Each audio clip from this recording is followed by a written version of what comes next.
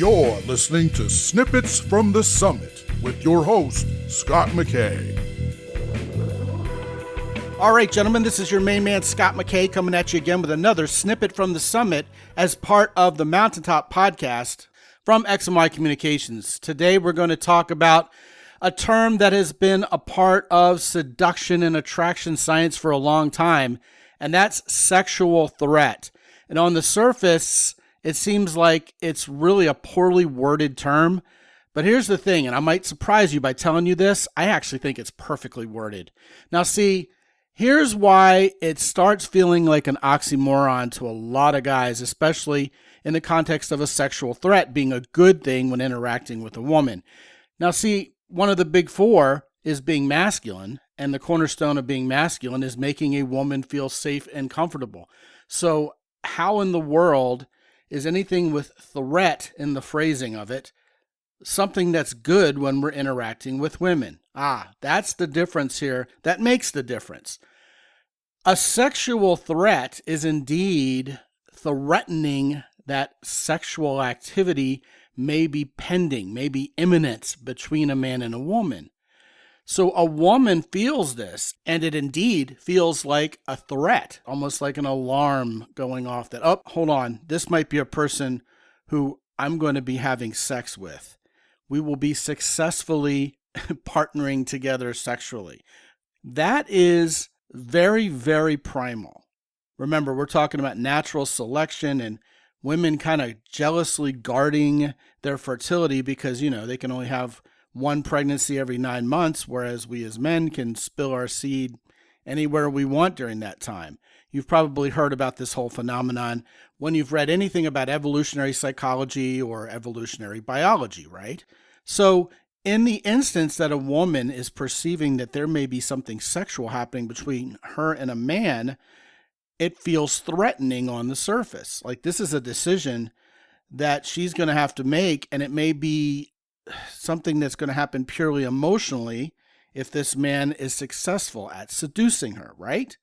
Now, see, here's where a sexual threat sets itself apart from any other kind of psychological or physical threat.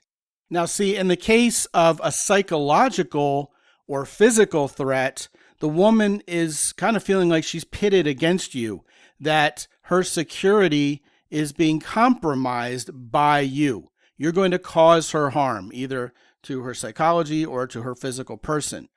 How a sexual threat is different is that you as a man, as a seducer, wishing to move from a platonic to a sexual relationship with this woman, is proposing that something sexual happened between the two of you. Now, from an ev psych perspective, the woman's thinking, oops, this could be meaningful. This could theoretically make a baby. This involves being sexual together, being intimate, being vulnerable sexually together. So how in the world can this be a good thing? Well, women, like men, are horny. They love and they crave sex. And this could be the evolutionary hook from which the whole naughtiness mystique comes into play. Women love to be naughty. They love to be considered naughty. They love to do naughty things. Well, as we've talked about before on this podcast, anytime there's a benign threat, like in humor, if something involves benign wrongdoing, a benign reference to somebody being harmed, as long as nobody's being hurt or really damaged in any way, we can laugh at it. Well, when a woman feels quote unquote threatened in a sexual way, unless you're going to rape her, which you're not, and of course, consensual sex as a sexual threat is very different than the threat of being raped. I'm going to acknowledge that straight up. What we're talking about here indeed is you presenting an opportunity for a woman to be naughty, for there to be something that's a bit of an adventure going on that could theoretically result in a baby, theoretically risk something like a pregnancy, not to mention an STD or getting caught or whatever it is that you're risking. You as a man presenting the opportunity to lead her on this adventure should build kind of an adrenaline rush within her female sexual nature that feels a lot like an adventure. Now, that adrenaline rush will signal a similar fight or flight response indicator within her that she would feel if she were actually psychologically or physically threatened. Hormonally, and in many ways kind of sensually, existentially, a sexual threat really is a threat. But because you as a man are leading her to a place where you share this adventure together, rather than taking her to a place where you're going to harm her, all of a sudden she's more attracted to this version of a threat, this sexual threat, than she ever would be to any kind of threat that's going to harm her, of course.